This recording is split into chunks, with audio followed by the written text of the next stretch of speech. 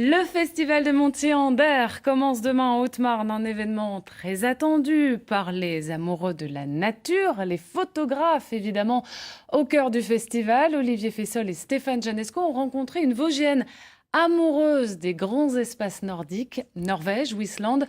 Seule face à la nature, elle photographie des paysages à couper le souffle. Regardez.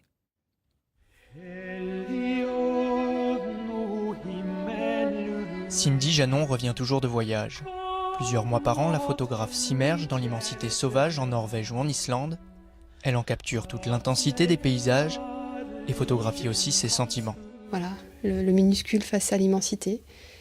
Et la lumière apparaît, c'est toujours elle qui déclenche l'idée de la photo.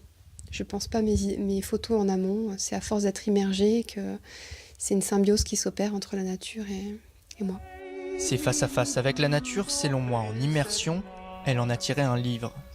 Un ouvrage photographique mais aussi philosophique, où l'artiste déroule son lien avec la terre et ses paysages. Car pendant ces longues heures d'ermite photographe, Cindy Janon met sur papier son expérience.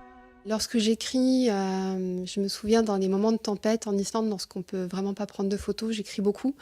Et le carnet devient un compagnon de route. Donc c'est à la fois le confident et puis aussi il y a cette écriture qui a commencé à être vraiment un travail qui m'a beaucoup plu et qui rentre peut-être plus en profondeur dans les ressentis que la photographie.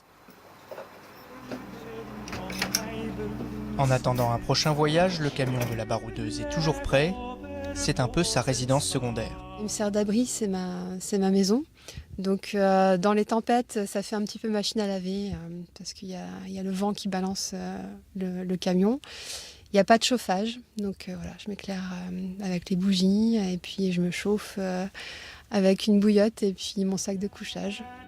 Avant son prochain départ pour le Grand Nord, la photographe travaille tout l'hiver dans les Hauts-de-Vosges. Elle transmet son art par des stages et présentera son œuvre jusqu'à dimanche au Festival de Montier-en-Der.